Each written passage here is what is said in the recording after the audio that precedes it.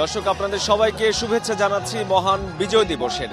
আমি এই মুহূর্তে আছি রাজধানীর সোহরাওয়ার্দী উদ্যানে এবং এখানে চলছে বিজয় দিবসের কনসার্ট। সংস্কৃতি মন্ত্রণালয়ের উদ্যোগে এবং বাংলাদেশ শিল্পকলা একাডেমির ব্যবস্থাপনায় যে দুদিনের বিজয় উৎসবের আয়োজন করা হয়েছে বিজয় দিবস 2025 উপলক্ষে। আজ তার দ্বিতীয় দিনের বিকেলের এই কনসার্টের খবর বলার আগে দর্শক আপনাদের একটু দেখাতে চাই রাজধানীর যে সোহরাওয়ার্দী উদ্যান, সেই উদ্যানের চিত্র। আজকে মহান বিজয় দিবস, আমাদের 16 ডিসেম্বর সরকারি ছুটির দিন। এই দিনে আমাদের বিজয়ের আনন্দ তো আছেই, পাশাপাশি এই ছুটি উপভোগ করতে যারা ঢাকায় রয়ে গেছেন, ঢাকাবাসী যে যার মতো বেরিয়ে পড়েছেন, কেউ পরিবার পরিজন নিয়ে, কেউ বন্ধু বান্ধবের সাথে, কেউ বা একা। এবং আমি অনেককেই দেখতে পেয়েছি তাদের পরিবারের ছোট্ট শিশু যিনি আছেন তাকেও নিয়ে এসছেন এই স্বাধীনতার ইতিহাস জানাতে এই উদ্যানে। কারণ এই সোহরাওয়ার্দী উদ্যান বাংলাদেশের স্বাধীনতার ইতিহাসের বহু ঘটনার সাথে জড়িত, বহু ঘটনার সাক্ষী। আজকে যে উৎসব চলছে সেই উৎসবের দ্বিতীয় দিন দর্শক আপনাদের বলেছি, আজকে দুপুরে এই কনসার্ট শুরু হয়েছে।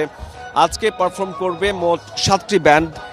এই মুহূর্তে পারফর্ম করছে ফিরোজ জং, পাশাপাশি আরও পারফরমেন্স করবে শিরোনামহীন ব্যান্ড লালন, তারা নিশ্চয় সন্ধ্যার পর এখানে আসবেন।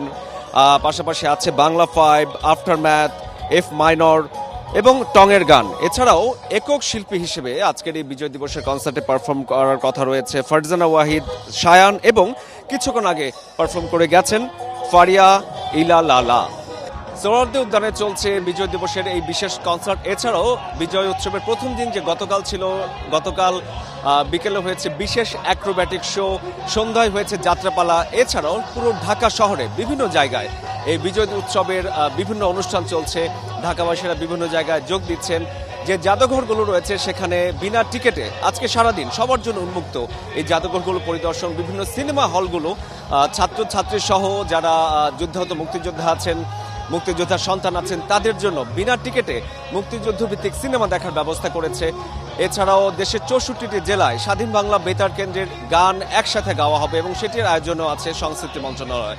দর্শক, এই ছিল সোহরাওয়ার্দী উদ্যান থেকে আজকের সবশেষ খবর। নতুন এবং ফিরে আসা গ্রাহকদের জন্য নগদে চলছে ক্যাশব্যাক সহ প্রতিদিন হাজারো উপহার জেতার সুযোগ। হবে আশা আর ফেরা, সারপ্রাইজ সেরা।